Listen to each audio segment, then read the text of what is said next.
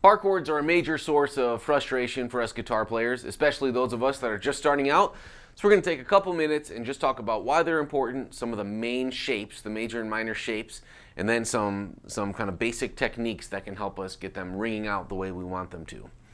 All right, so first of all, let's just talk about why we even need to bother with it. The short answer is because they sound different. There's a distinct sound that you'll hear on recordings. And I can tell right away when it's a bar chord versus an open chord. So listen to this progression.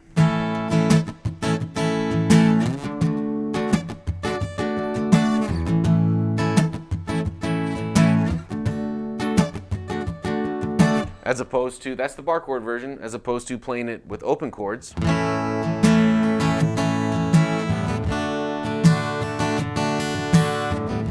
Way different, right? And it's in part because when we're playing bar chords, we can really get that percussive sound, and it's easy to mute to go from this to this.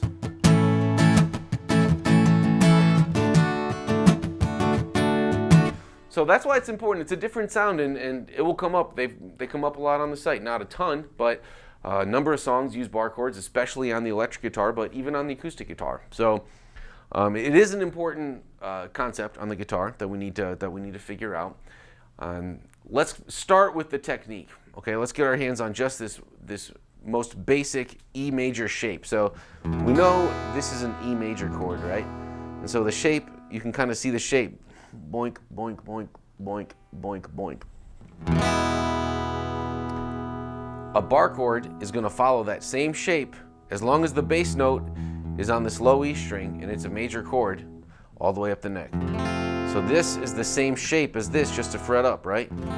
Basically, instead of the nut being the bar on this E chord, my finger's gonna now be the bar, and I'm gonna make the rest of the chord with my other fingers. So that's a major bar chord, and we can play all the way up the neck, and they're all major chords. So that's an F chord, F sharp chord, that's a G chord.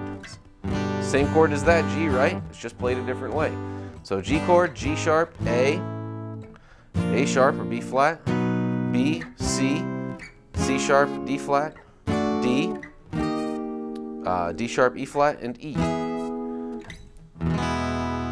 Same as that. So let's start on the 3rd fret, which is this G chord.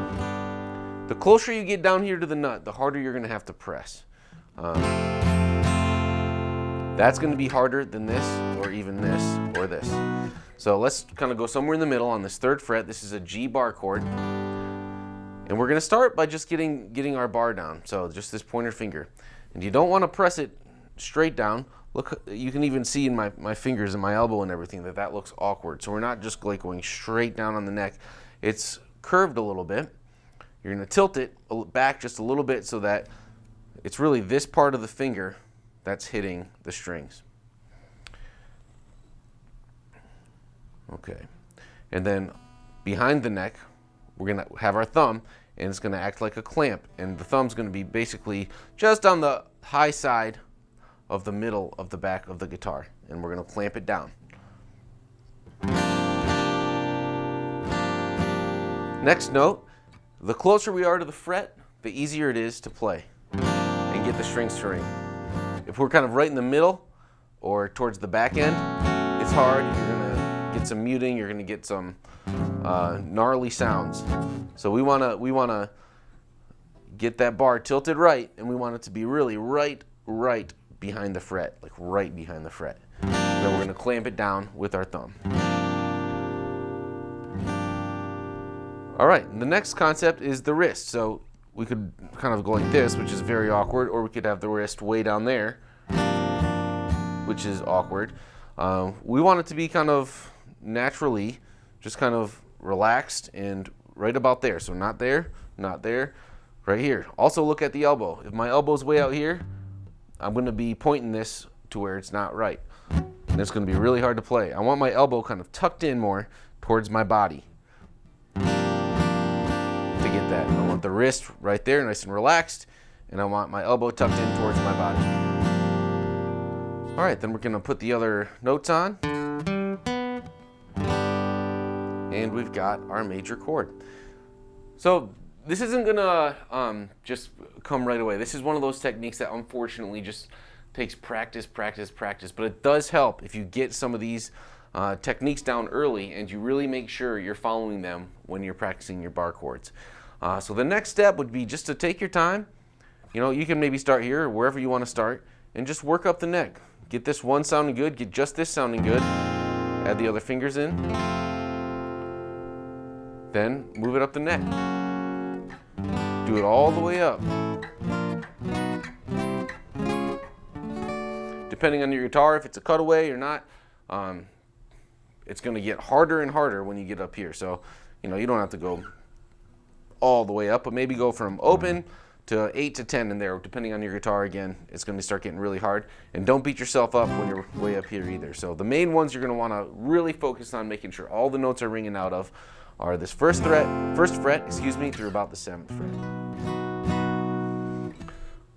Okay, let's quick talk through the main shapes of bar chords. So we've got this major shape, the E major shape, which is just, we call it that because when we play an open standard E chord, we're going to use that same shape all the way up for all major bar chords that have their bass note or their root note on this low E string.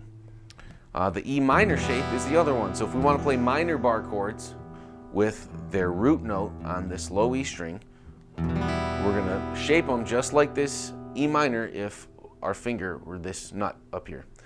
So here's first fret, which is barring, and then we've got 2nd fret of the A string above our bar and 2nd fret of the D string above our bar.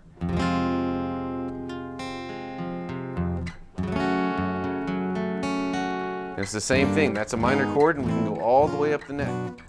So F minor, F sharp minor, G minor, G sharp minor, A minor, B flat or A sharp minor, B minor, C minor.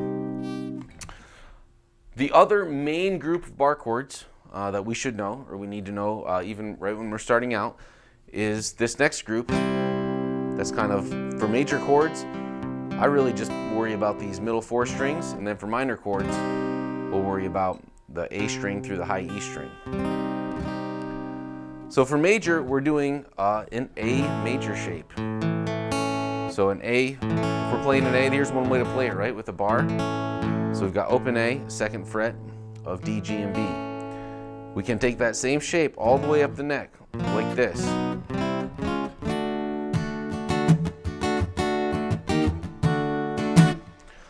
So that's just, you know, we're going to bar across, but we're not even really needing to do much of a bar with this pointer finger for this major shape. We're going to make sure the bar is down on the D, G, and B string, 2 frets above the root note. So we've got the A string, D string, G string, and B string. And again, we can do that all the way up.